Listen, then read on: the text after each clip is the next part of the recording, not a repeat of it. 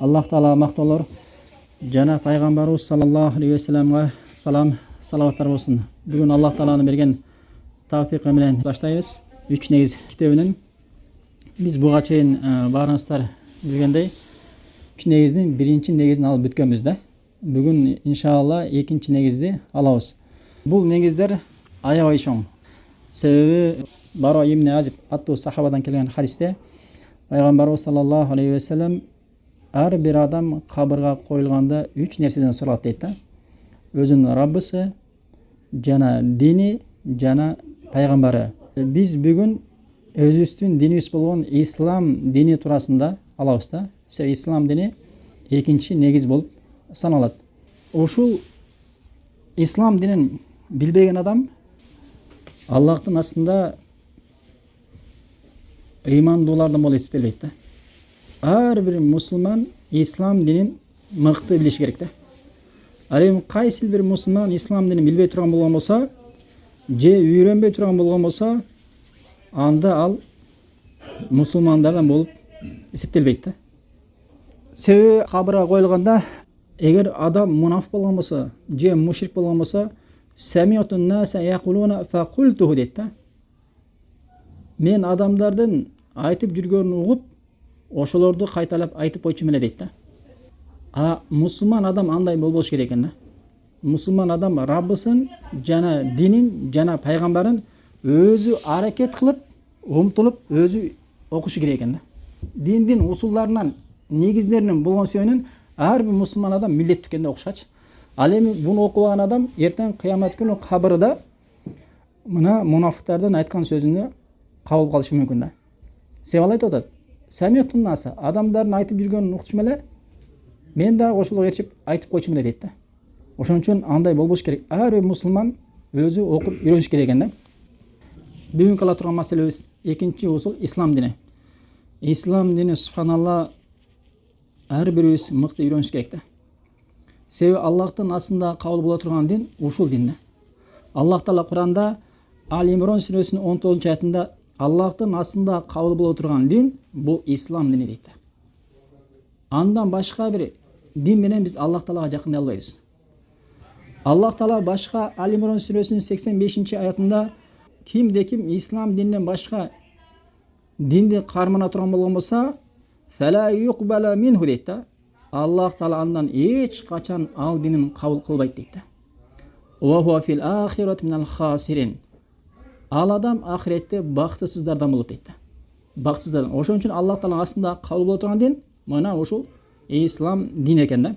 Абу Хурайрадан келген хадисте пайгамбарыбыз саллаллаху алейхи ва саллям айтат: "Валлади нафсу Мухаммадин биядихи", Мухаммадтын жаны, тактап айтканда менин жаным анын колунда болгон зат менен Аллах Тааланын аты менен касам ичип айтамын: "Ла ясмау би ахад мин хадил умма яхудиюн вала насраниюн сумма ямут валам юъмин биллади урсилту бихи илля кана мин асхабин нар" дейт да. Мен пайгамбар болуп жөнөтүлгөнүмдү билгенден кийин, уккандан кийин мага ыйман келтирбей өлө турган болгон болсо, ал ким гана болбосун дейт. Мейли ал яхуди болобу, мейли ал насрани болобу, ал эмне тозок ээлеринен болот дейт да. Тозок ээлеринен болот дейт. Ошон үчүн пайгамбарыбыз саллаллаху алейхи ва саллям пайгамбар болуп жиберилгенден кийин ал кандай гана динде жүрбөсүн, пайгамбарыбызга чейинки мурунку Ибрахим алейхиссаламдын динде болсун, пайгамбарыбыз саллаллаху алейхи ва саллям жөнөтүлгөндөн кийин бардыгы бир ооздон пайгамбарыбыз саллаллаху алейхи ва салламдын динине мойунсунуп, ага ээрчип ыйман келтириш керек экен да. Ал эми угуп туруп, билип туруп кимде ким ыйман келтирбесе, ал кыямат күнү тозок ээлеринен болот дейт да. Хадис Муслимде 153 номерде. Ошон үчүн Аллах Таала Куранда: "Я айюхаллазина аману тақуллаха хаққа туқатихи ва ла тамутунна илля ва антум муслимун". О ыйман келтирген момундар, Аллах Тааладан чыныгы корку менен коркула дейт да. Аллах Тааладан чыныгы коркула. Ва ла тамутунна илля ва антум муслимун. Жана силер мусулман болмойнча өлбөгүлө дейт да. Ислам динин мыкты үйрөнүп, ошону кармап, ошонун үстүндө болуп өлмөйнчө өлбөгүлө дейт да. Мыкты үйрөнүп, мына ушунун үстүндө адам өлүш керек экен да. Ал эми кимде ким ислам дининин үстүнөн өлбөй турган болгон болсо, анын азабы жан чыгып атканда башталат да. кабырда азабы, ахиретте азабын айтпай эле коелу да. Мына ушул динден Аллах Таала ыраазы болгон.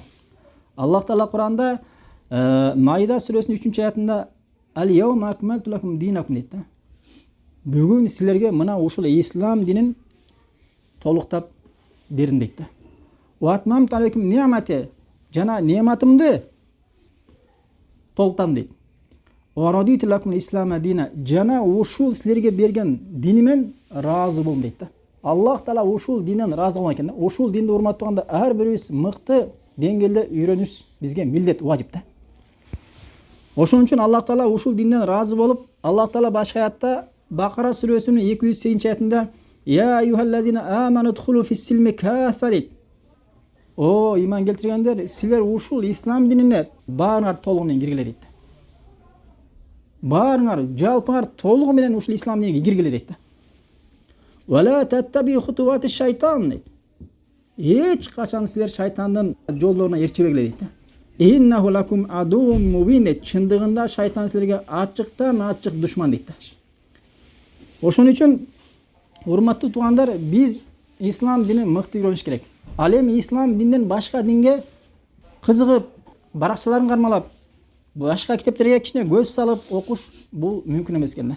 Бир гана илим ээлери, туура эмес динди кармаган адамдарга жооп бериш үчүн, алардын шубхаттарын, күмөндүү нерселерин кетириш үчүн гана окуса шарият урсат. Себеби пайгамбарыбыз саллаллаху алейхи вассалам Омар ибн Хаттабтын колунан алгачкы түшкөн кээ бир китепчилердин баракчаларын көрөт дагы пайгамбарыбыз саллаллаху алейхи вассалам айтат да. Валлади нафси биядик дейт да. Менин жаным анын колунда болгон зат, Аллахтын аты менен касам ичип айтам дейт да. Лау анна Муса кана хаян ма васияху илля ан яттаби'ан дейт да. Эгер Муса алейхиссалам тири болгондо, мен түшкөн учурда дейт да. Тири болгондо ал мага эрчимек дейт да. Башка эч кандай жакка бармак эмес дейт да. Менин алып келген нерсеми эрчимек дейт да. Себеби пайгамбарыбыз саллаллаху алып келген нерсеси ал эмне? Аллах Тааланын жер бетинде берген дин экен да. Кайсы гана пайгамбар болбосун, пайгамбар түшкөндөн кийин башка пайгамбар түшө турган болгон болсо, эгер түшө турган болгон болсо, пайгамбарыбыз саллаллаху алейхи вассаламга эрчимек экен да. Бирок Муса алейхиссалам түшпөйт. Ким түшөт? Иса алейхиссалам түшөт. Ал тескеринче пайгамбарыбыз саллаллаху алейхи вассаламдын дини менен өкүм жүргүзөт экен да. Ошон үчүн урматтуу туугандар, биз ушул ислам динин мыкты билиш керек. Ислам динин адамдар ойлогондой түшүнбөш керек. Биздин Кыргызстанда баарыңар билесиңер, 70 жыл союздун астында болдук. Ошол учурда ар кандай түшүнүктөр бизге кирип кеткен да. Ошол учурда чыныгы исламды кармагандар да болгон, башка дин ээлери да болгон, мушриктер да болгон, отко сыйынгандар, асманга сыйынгандар, жана башка ырымчылдар, жана башка ар кандай адамдар болгон да. Ар кандай ишенимде болгон адамдар болгон да. Ошонун таасирлеринен бизде ушундай бир жаман нерселер калыптанып калган да. Ислам тууралуу түшүнүк бизде өтө төмөн деңгээлге түшүп кеткен да. Ислам тууралуу түшүнүк бизде ислам эмне дегенде, ислам бул бала төрөлгөндө баланы отургузуу. Ислам бул жети челпек бышырып элдерге таратып коюу. Ислам бул өлүктөргө Куран окуу. Ислам бул Куранды бийик жерге коюп, анда санда арчып туруу. Ислам бул айт намаз келгенде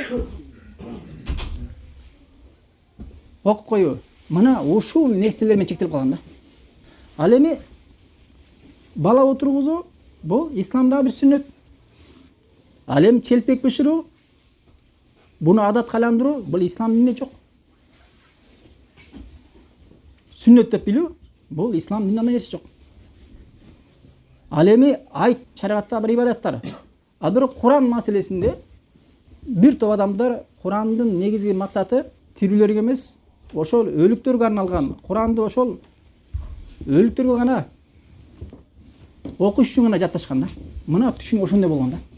Ал эми исламда эң негизги Аллах Тааланын жалгыз өзүнө сыйынуу, 5 мал намаз окуу күнүнө, жана Аллах Таала буйруган нерселерди аткарып, кайтарган нерседен кайтуу деген Аллах Тааланын эң негизи исламда буйруган усулдарын негиздери көп адамдарда калбай калган да. Себеби адамдардын түшүнүгү мына ушундай нерсеге ушундай деңгээлге чыгып калган да. Телпек биширүү, өлүккө Куран окуу, баланы отургузуу жана башка. Же сүннөт, же болбосо Куранда өлүктөргө окуса болобу же болбойбу маселеде талаш бар. Ушуга окшогон нерселер да. Ошон үчүн кээ бир араб өлкөлөрүндөгү илим ээлерин бири айтат, мен ушундай бир өлкөлөргө бардым дейт да. Ошол өлкөлөргө барып, жанымдагы котормочудан бир кыштакка барганда сурадым дейт. Ошол кыштакта намаз окуган адам барбы деп сураганымда, бала жанындагы адамдардан сурап бир карый адам бар экен, ошол адам намаз окуйт деп айтышат экен деп айткан экен да. Аны дагы мага ишенимдүү эмес дейт. Бир карый бар, ошону намаз окуйт деп адамдар айтышат деп ошону айтты дейт да. Ал дагы күмөн дейт да. Каралы, бир кыштактан бир адам. Ал дагы күмөн экен да. Анан ал ошол шейх айтып атат, ошол мен барган жерде ушундай экен дейт. Адамдар ушундай динден кабары жок. Жада калса арам нерсеге Аллах Тааланын атын атайт экен деп айтты да. Алар дейт, Аллах Таала арам кылган аракты ачканда бисмилла деп Аллахтын аты менен ачат экен деп айтты да. Ушундай деңгээлге чыгып калганбыз да. Бул албетте арам нерсе, бирок андан да жаман нерсе бизди мектептерде туура эмес нерселерди окутуп, атаң горилла, шешең шимпанзе деген нерсеге чейин алып бардыбы? Алып барды. Алиге чейин ошонун таасирин кээ бир аталардан көрсөңөр болот да. Көрсөңөр, урматтуу туугандар, ошон үчүн бул ширк. Мына биздин исламдын деңгээли ушул деңгээлге чыгып келген да. Исламдагы карапайым адамдардын жүрөгүндөгү исламга болгон түшүнүк такыр башка нерсе болуп калган да. Башка нерсе, бирок андай эмес экен да. Ислам бул өзүнүн рукундары бар, ыймандын рукундары бар, ихсандын рукундары бар. Ислам деген башка нерсе экен да. Бирок ошондой бузулган коомдун астында болгондугубуз үчүн мына бизде ушундай нерсе алып барган экен да. Бирок алхамдулилла Аллах Тааланын тавфиқы менен, неаматы менен ошол алхамдулилла союз бузулуп, алхамдулилла бизге Аллах Таала чыныгы исламды киришин насип кылды да. Ошон үчүн урматтуу туугандар, ушундай нерседе исламды мыкты билиш керек. Адамдар ошол учурда чыныгы исламды үйрөнбөй эле, тескеринче адамдар Аллахтан башкага сыйынып, мазарларга сыйынып, кабырларга сыйынып, баланчаны арба колдойт. Ошончо жыл илим окуп келсе дагы алиге чейин жүрөгүнөн баланчаны арбагы колдойт, баланчаны арбагы уруп коет деген нерсе алиге чейин жүрөгүндө бар да. Эгер 10 жылдап окуп жүрөгүнөн чыга элек болгон болсо, 10 жылда окуган бала карапайым адамдар не деп ойлойсуңар? Эмне деп ойлойсуңар?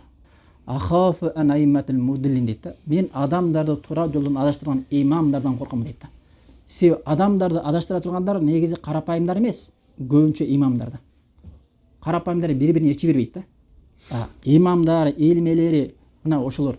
Илимелер бөлүнөт, адашкан илимелери жана туура жолдо болгон илимелер бар да. Ошон үчүн урматтуу туугандар, динди туура жолдогу илим ээлеринен үйрөнүш керек экен да. Бул китепте айтып атат эми. Марифату дин ислам биладилла. Биз ислам динин үйрөнгөндө дагы жөн үйрөнбөстөн далил менен үйрөнөлү дейт да. Каралы. Мындай жөн эмес да. Себеби көп деген адамдар бар, кээ бир жамааттар бар. Алардын китептерин ача турган болгон болсоң, Куран аяттарын таппайсың да. Сахih хадистерди таппайсың.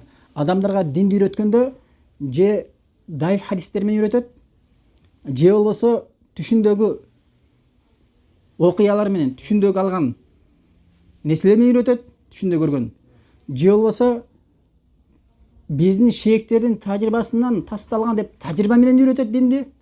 Же болбосо өздөрүнүн акылына салынган ой пикирлери менен, баланча шейхтин ою мындай, пикири мындай болчу деп ошолор менен үйрөтөт да диндичи. Китептеринде же аят келсе да аны бурмалап жүргөн, туура эмес түшүнүк берип, хадис келсе да даиф хадис да. Ошон үчүн урматтуу туугандар, адам ушул динди далилдер менен үйрөнбөсө, ал тез эле адам адашып кетет да. Ошон үчүн илимлерден бири айтат: "Ман фарака далил далла сабил" дейт. Кимде ким далилин жоготсо, ал өзүнүн туура жолун жоготот дейт да. "Вала далила илля бима жа бихи расул" дейт. Далил эмес дейт, Далил деген бул бир гана пайгамбарыбыз саллаллаху алейхи алып келген Куран сүннөт дейт. Алтын менен жазылган сөз, урматтуу туугандар. Ошон үчүн сизде эгер ушул динди далил менен үйрөнсөңүз, эч нерсе сизге таасир бербейт да. Ал эми динди далил менен эмес, ар кандай түштөр менен, окуялар менен, жалган дайыф кыссалар менен, бирөөнүн ой пикири менен, акылга салынган нерселер менен үйрөнө турган болгон болсоң, анда сени кез келген адам адашып кете берет да. Эгер сага бирөө келип, урматтуу тууганым, могул зикир же могул намаз аябай сонун экен, аябай пайдалуу, шуга амал кыл десе, сен эгер буга эмне далил деп сурасаң, түшүмдө пайгамбарды көрдүм. Ошол пайгамбар ушул зикир менен буйруду, ушул намаз менен буйруду десе, эгер сен динди билген болсоң, эмне дейсиң? Кой эле, мондай нерсеңди тотот дейбиз да. Себеби пайгамбарыбыз саллаллаху алейхи ва саллям эч качан түштөн ибадатты көргөзбөйт да. Албетте түштө пайгамбарыбыз кирсе дагы башка бир сүйүнчтүү кабарларды айтышы мүмкүн да. А бирок эч качан түштө ибадатты буйруп айтса, ибадатты пайгамбарыбыз саллаллаху алейхи ва саллям тирүү кезинде ахкамдарды, буйруктарды тирүү кезинде бүттүгүн толуктап, Аллах таала разы болуп, ислам толуп бүткөн да. Ал эми түштөн бир гана эмне алынат? Кабарлар. Жаннатта жүргөнүңдө сүйүнчтүү кабар айтылышы мүмкүн, же болсо жаман кабарлар түштө берилиши мүмкүн. Ал эми түштөн дин алынбайт. Кайсы бир адам түштөн дин алган болсо, зикирлерди, намаздарды, орозолорду алган болсо, аны адашкан деп биле бергиле да. Ошон үчүн динди үйрөнгөндө далилден үйрөнүш керек экен да. Эми исламдын түшүндүрмөсү, аныктамасы кандай? Түшүндүңүздөр, Ислам бизде карапайым адамдардын же азыркыга чейин биздин түшүнүп келген түшүнүгүбүз кандай болгон? Шариатта исламдын түшүндүрмөсү, аныктамасы кандай? Аныктама дегенди баарыбыз эле билебиз го. Исламдын аныктамасы 3 негизден турат дейт да.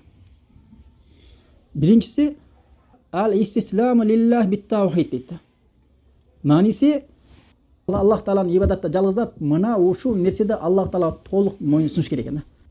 Аллах тааланы ибадатта сыйынуудо, жалгыздоо биринчи негиз экен да. Таухид негизинде болуш керек экен да. Ихластын негизинде эч кандай ширк жана рия аралашпаш керек экен. Бул биринчи негизи. Себеби карагыла, Ибрахим алейхиссаламга Аллах таала, ой Ибрахим, Раббыңа моюнсун дегенде, Ибрахим алейхиссалам бирден асламту лираббил аламин, мен бүткүл ааламдын Раббысына моюнсундум деп бирден эмне? Аллах таалага моюнсунган да. Же болсо мисалы Якуб алейхиссаламга өлүм жетип келгенде, билесиңер, Якуб алейхиссаламда өлүм жетип келгенде, Якуб алейхиссалам балдарын баарын жыйнап туруп мындай дейт да: "О балдарым, ууларым, мен өткөндөн кийин кимге сыйнасыңар?" дейт. Аллах бар, эмне деген осуят. Азыр бир адам өлсө, мен өлгөндөн кийин кимге сыйнасыңар деп айтабы? Андай дебейт. Мен өлгөндөн кийин могу нерсени эми талашпай бөлөп алды эми жашынакай. А бирок Якуб алейхиссалам өлүмдүн астында балдарын баарын жыйнап туруп, "Ма та'будуна мин ба'ди", мен өлгөндөн кийин, мен өткөндөн кийин кимге сыйнасыңар десе, ата, сиз өткөндөн кийин биз сиздин жана Ибрахим алейхиссаламдын, Исмаил алейхиссаламдын жана Исхак алейхиссаламдын Раббысы болгон бүткүл ааламдын Раббысы жалгыз Аллахка гана сыйнабыз дейт. Аллах бар. Эмне нерсе карала. Мына ар бир мусулман балдарын ушул нерсеге тарбиялаш керекпиз да. Билкис, билесиңер, Сулейман алейхиссалам заманында Билкис деген белгилүү падыша болгон. Ошону Сулейман алейхиссалам алдырганда тагын ширк кылчулардан болгон да. Сулейман алейхиссалам Аллахка чакырат. Аллах тааланын өзүнө берген нематтарын баарына көрсөтөт да. Өзүнүн хан сарайына киргизип туруп, мына могул берген нерселердин баардыгы Аллах таала мага берген немат деген да. Сулейман алейхиссалам Аллах таала ушундай байлык берген, ушундай нематтар берген, үйүнүн асты ушундай болгон да. Астынан суу аккан, үстүнөн басканда адам басып кете берген да. Айнек сыяктуу болгон да. Ошол нерсени Билкис көрүп туруп, "О Раббым" деген да. "Элне заламту нафси" деген да. Чындыгында мен өзүмө зулумдук кылып жүргөндөрдөн экенмин. "Ва асламту ма Сулеймана лиллахи раббил аламин". О Аллахым, мен Сулейман алейхиссалам менен ыйман келтирдим. Өзүңө моюнсундум деген да. Бирден моюнсунчкан да. Ошон үчүн урматтуу туугандар, биз дагы чыныгы моюнсунчан болуш керек. Биринчиси эмне экен? Аллах тааланын ибадатта жалгыз экен, анықтаманың біріншісі. Вал инқияду лаху бит-таа. Вал инқияду лаху бит-таа деген Аллах Таала исламда эмнени буйруса, ошону аткарып, эмнеден кайтарган болсо, ошондой нерседен качыш керек экен. Себеби мусулман адам билиш керек экен, Аллах Таала эмнеге буйруса, ошол нерсени ибадат деп билип, жана ошол нерсени аткарууга дайыма дайыр болуш керек экен. Ошол адамды мусулман деп атат экен. Үчүнчүсү вал бараату мин ширк ва ахлиги. Ширктен жана ширк элеринен алыс болуш керек экен. Карала. Биринчиси Аллах Таала ибадатты жалгыздоо, экинчиси Аллах Таала буйруган нерсени аткарып, кайтарган нерседен кайтуу, үчүнчүсү ширктен жана ширк элеринен алыс болуш керек экен. Себеби мусулман адам ширктен жана ширк элеринен алыс болмайынча эч качан мусулман боло албайт экен. Үйүңдө ширк болуп атса, өзүңдө ширк болуп калса кантип мусулман болосуң?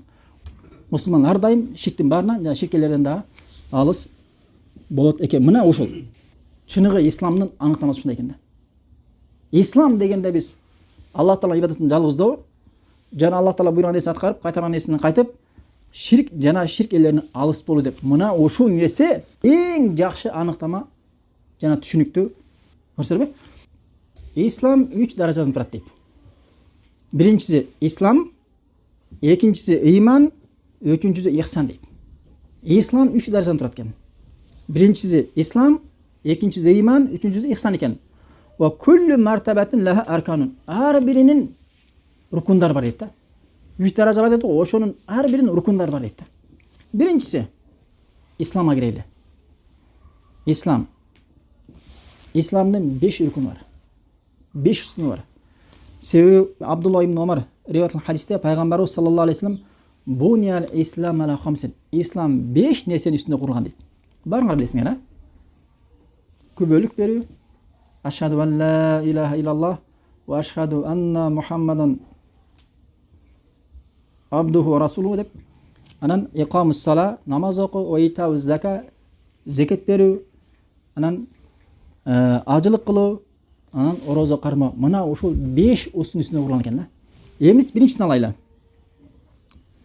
Эми биринчиси эмне экен? Бул күбөлүк берүү. Эмне деп?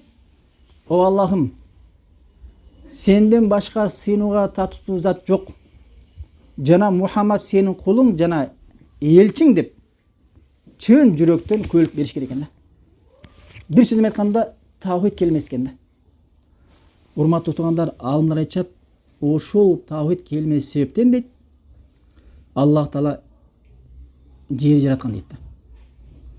Адамдарды жараткан, инсанды, жинди жараткан дейт да.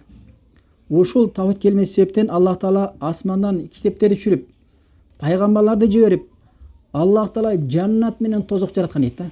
Аллах Таала ошол тавхид келмес себептен адамдарды экиге бөлүп койгон дейт да. Бактылуулар жана баксыздар. Тозок ээлери жана жаннат ээлери бар. Ошол келме, тавхид келмеси бул исламдын ачкычы, бактылуулуктун ачкычы чоң келме экен да. Мына ошол келме менен биз исламга кире экенбиз да. Ошол келмеге амал кылыш менен биз бактылуу болот экенбиз да. Эми ушул келмеге кирген астында карагыла, шахада айтып атат. Шахада күбөлүк берүү. Ла илаха иллаллах келмесине кирбей туруп, ашхаду болот. Ашхаду деген мааниси эмне? Азан айтылса деле, адам исламга кирсе деле күбөлүк берет да. Же болсо адам мусулман намаз окутканда да ашхаду ан ла илаха иллаллах деп ташаххудтун аягында айтабыз. Турат эмеспи? Урматтуу туугандар, бул шахаданын орду аябай чоң экен да. Ар бир мусулман ушул шахаданын өзүн тура түшүш керек экен да. Себеби шахада келтиргенде кээ бир адамдар бул шахаданын маанисин билет. Ла илаха иллаллахты биз бияка кое туралы. Мухаммад расул бияка кое туралы. Ошого чейинки шахада өзү күбөлүк берүү мааниси. Күбөлүк берүүдө 3 шарт бар экен да. Биринчиси сен сүйлөй ала турган адам болбосоң, үнүң чыгарып сүйлөшүң керек экен да. Эгер сен сүйлөшкөн мүмкүн болуп туруп, үнүң чыгарып сүйлөй турган болбосоң, сенин күбөлүгүң кабыл эмес. Экинчиден, ошол күбөлүк берип атканда сенде билим болуш керек экен да. Сен билимсиз кантип күбөлүк бересиң? Мисалы, казы чакырды. Сен адамдар ошол күбөлүк өтөт деп жүргөн бир маселеде. Сен баргандан казы көлікке өтесіңбі, ушул нерсени сен билесиңби, дал ушундай болду беле десе, жок мен билбейт экенмин десең, сенин көлігиңди казы кабыл алабы? Кабыл албайт да. Себеби сен күбөлүккө өтүп аткан нерсеңдин маанисин мыкты билишиң керек экен да. Үчүнчүсү толук ишенимде болушуң керек экен да. Казынын астына барганда ушул нерсе точно болгонбу десе, 20%, 30% деп ойлойм десең, казы сени эч качан кабыл албайт да. Ошондой эле мусулман адам исламга кирип атканда сүйлөй ала турган болсо тилин ачыш керек экен да. Сүйлөй албай турган болгон болсо, дудук болгон болсо ал үзүрлү. Бирок сүйлөшкө мүмкүн болгон адам болмосо сөз сүйлөш керек экен да. Экинчиси, ушул келменин маанисин билиш керек экен. Аллахтан башка сыйынууга таттуу зат жок деп маанисин билиш керек экен да. Ал эми маанисин билбесе, бул келмага пайда бербейт экен да. Ошон үчүн биз адамдарга динди үйрөтүп атканда, ушул келменин маанисин же исламга адамдар кирип атканда жакшылап үйрөтүп коюш керек экен да. Ал эми бир адам исламга келди. Мисалы бир орус исламга кирип атат. Келмен айт, шахада келтир деп койдуң. Ал айтты дагы баягы эле ишенимде. Аллах Таала 3 Кудайдын 3-үчүсү. Сибалар христиандар көбүнчө эмне деп иман келтирет? Аллах Таала 3 Кудайдын 3-үчүсү деп иман келтирет. А сен үйрөтпөгөндөн ал мусулман деп жүрөт, бирок чындыгында ал мусулман эмес. Себеби анда кандай ишенимдер бар эле? Аллах Таала 3 Кудайдын 3-үчүсү. Бул куфр, адамды имандан, исламдан чыгарат болгон нерсе. Ошон үчүн динди үйрөткөндө да туура үйрөтүш керек экен да. Ошон үчүн жөн гана күбөлүк берип аткан өзүндө тил менен ачыш керек экен. Экинчи шарты ошонун маанисин билиш керек экен. Күбөлүк берип аткан нерсенин маанисин. Үчүнчүсү ошол нерседе күмөн болбош керек экен да. Иса дагы Кудай болуп калышы мүмкүн. Асманга же болсо кабыр ээлерине дагы сыйыныш, аларда бир Кудай болуп калышы мүмкүн деген өзүнүн бир күмөндөр болгон болсо, Аллах Таалага 100% чыныгы сыйынууга татыктуу деген нерсе ишеним болбой турган болгон болсо, анда бул мусулман эмес. Мына ошон үчүн адамдарга динди үйрөтүштө аябай туура үйрөтүш керек экен да. Ал эми билбеген адам жөн коюшу керек экен.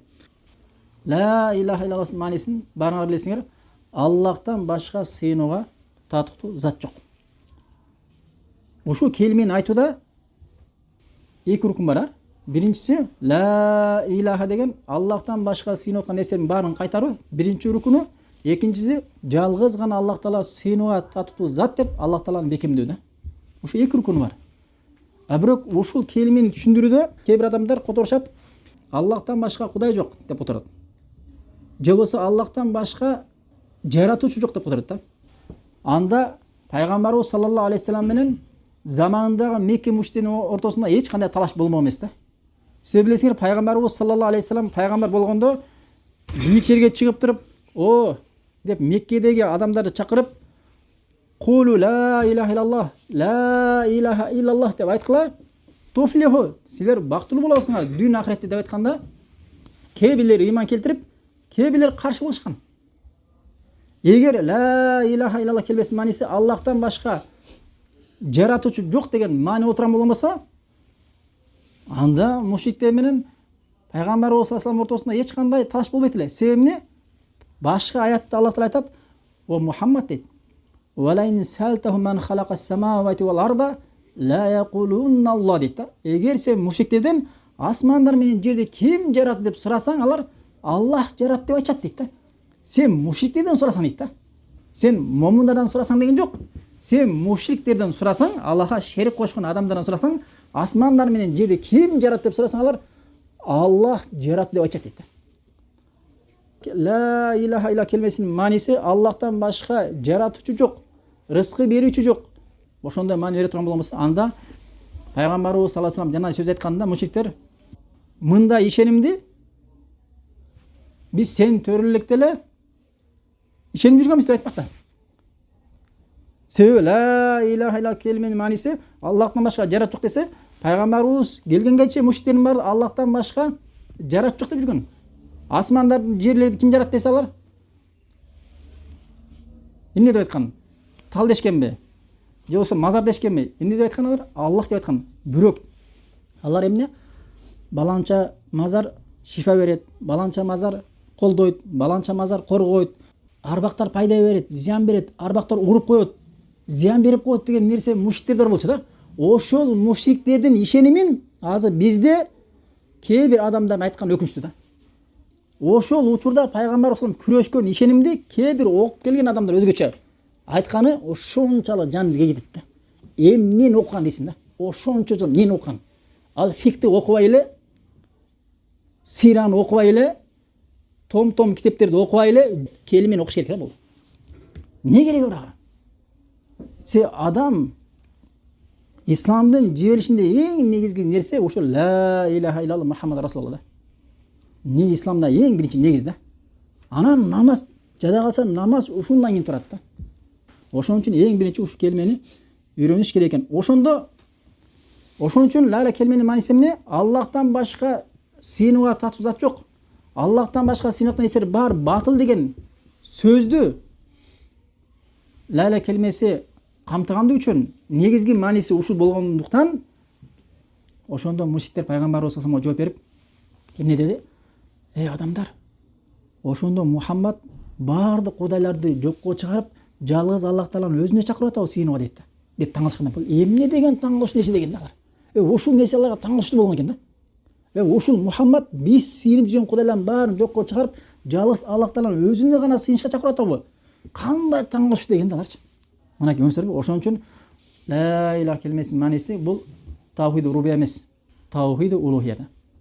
Аллах Тааланы ибадатта жалгыз да. Албетте тавхид улухия рубияндагы жана асма сифаттагы камты Алла Тааланын баарын билесиңер. Ла келмесинин шарттары бар экен. Мисалы, Фараздак деген адам аялы каза болуп жаназасында кабырда коюп атканда Хасан Басир рахимахулла барат да. Анан коюп бүткөндөн кийин Хасан Басри ошол Фараздакка айтат: "Сен ушул күнгө, тактап айтканда эртең өлүмгө эмне даярдадың?" дейт да. Дегенде баягы адам: "Мен 70 жылдан бери ла илаха илlalloh келмесин даярдадым" дейт да. 70 жылдан бери дейт. Ла илаха илlalloh келмесин даярдадым дейт. Десе Хасан Басри анын жаназасына баргандан кийин кандай адамды ойлойсуңар, а? Хасан Басри менин жаназама, эгер биздин заманда болгон болсо, же сенин жаназаңа, же болсо келинчегибиздин жаназасына бара бербейт да турабы? Эгер азыркы учурда мисалы чоң алымдар мисалы жакындарыбыз каза болсо, о машалла, Кыргызстанда баланчаш Асан каза болуп, Үсөн каза болуп деп Шейх Фаузан келдейт да, турабы эмеспи? Эгер Шейх Фаузан келген болгон болсо, сенин жаназаңа же сенин келинчегиңдин жаназасына Аллах баранда сенин бир ордуң бар адамсың. Хасан Басри барып аткан адам Фараздактын аялына барып атат да. Анан 70 жылдан бери мен ла иля келмесин даярдадым дейт.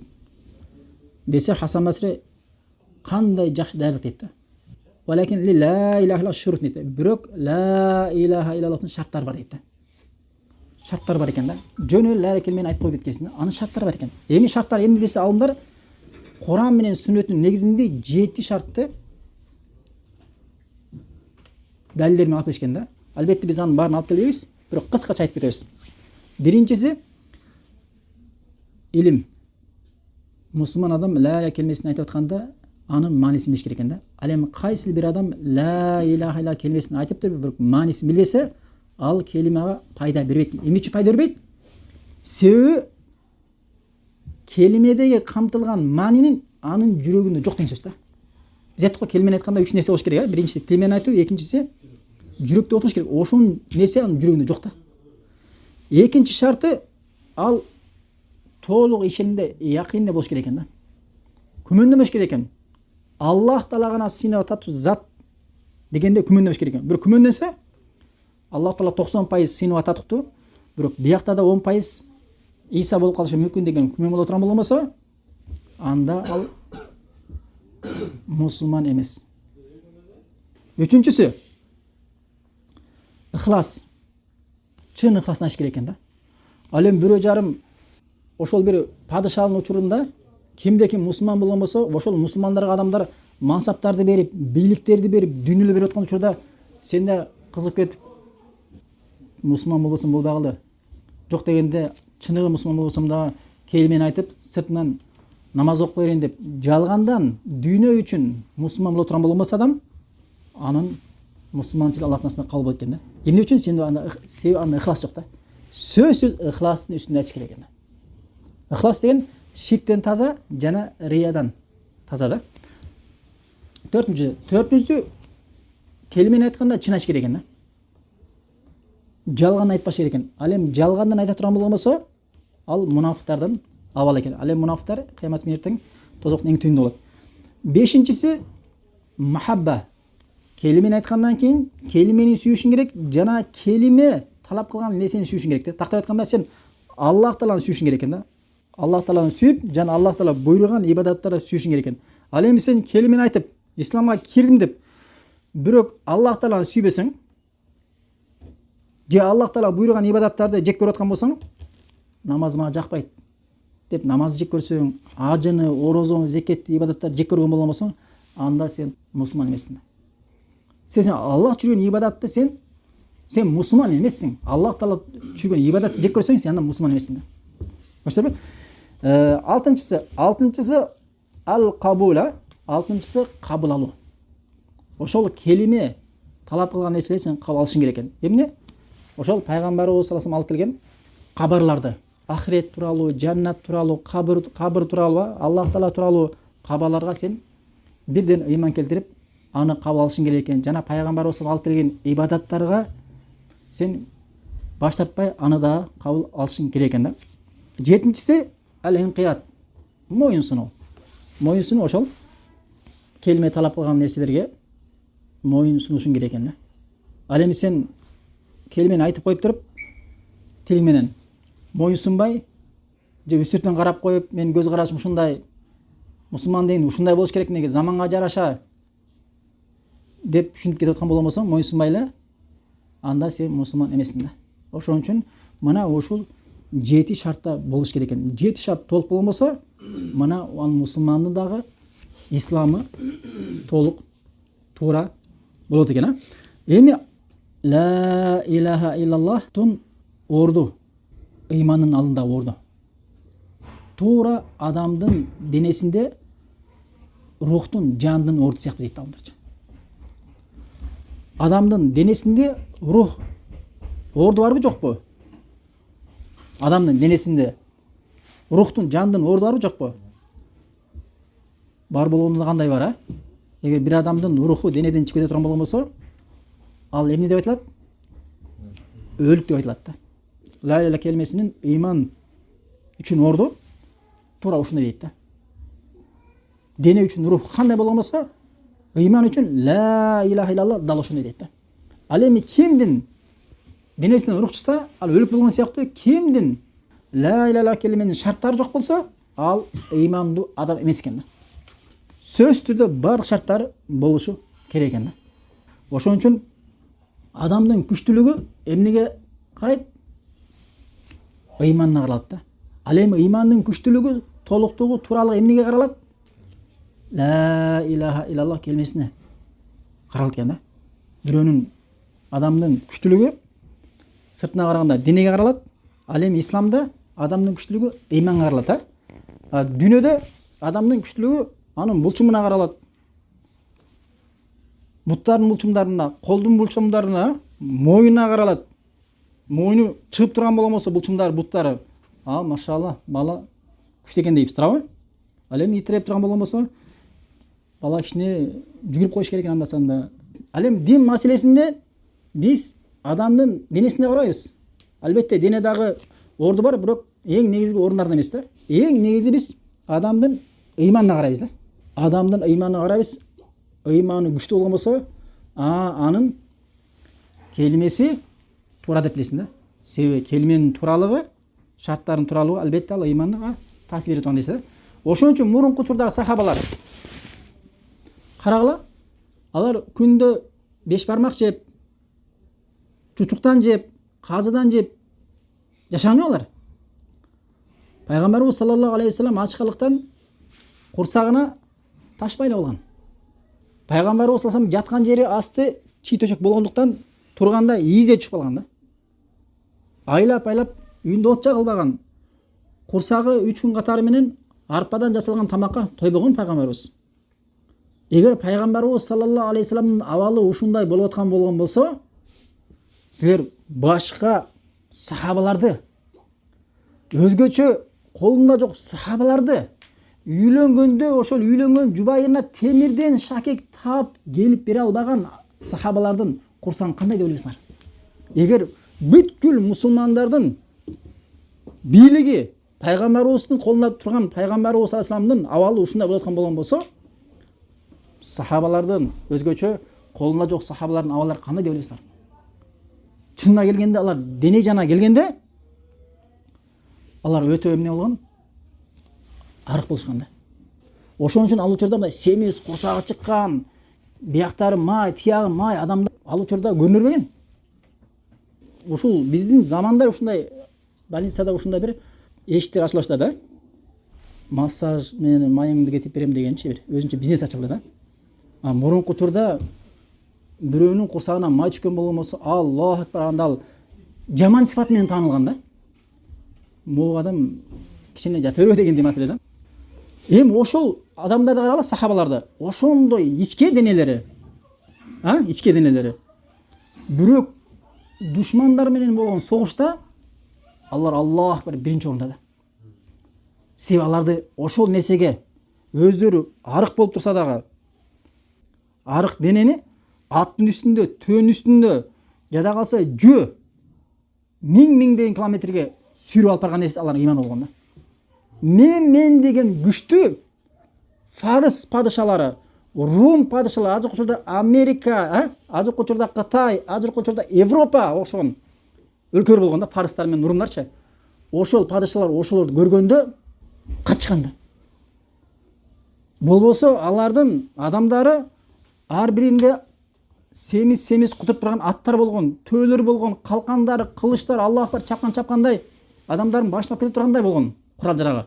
Мусулмандар же төөсү каалагандай эмес, өздөрү арык, алардагы аттары дагы аз, курал жарактагы эптеп тапканын алышкан. Мына ошентип барып туруп мен дегендерди талкалаган да. Мына ошолордун күчтүүлүгүнөн ислам бизге ушундай деңгээлге жетип келген да. Ошон үчүн урматтуу туугандар, адам эмне денеси менен эмес, күчтүүлүгү эмне менен экен? Курсагы чыккандыгы менен эмес, булчумдарынын чыккандыгы менен эмес, чыныгы мусулмандын күчтүүлүгү ал карманган таухид менен, карманган сүннөт менен, келмесинин шарттары туура болгондугу менен, ыйманы күчтүү болгондугу менен, мына ушу менен күчтүү болот экен да. Чыныгы мусулман ушу менен экен да. Албетте ал арык болушу мүмкүн. Албетте ал алсыз болушу мүмкүн денесинде. Бирок ал ыйманы күчтүү болгон болсо, таухиди сүннөт туура болгон болсо, ал 1000 мушрикке караганда бир таухид ээси күчтүүрөөк да. Себеби 1000 мушрик бир таухид ээси батынган нерсеге алар батына алышы мүмкүн да. Ошон үчүн мурунку учурда билесиңер, Омар ибн Хаттаб же бир сахаба падышанын астына аты менен эле барып берген да. Ыйман келтириле, болбосо талкалайбыз деп элечи. Ыймандын күчтүүлүгү эмне менен экени жана мусулмандын күчтүүлүгү эмне менен экенин адам билиш керек. Таухиди менен, карманган сүннөтү менен экени. Баракаллаху фикум.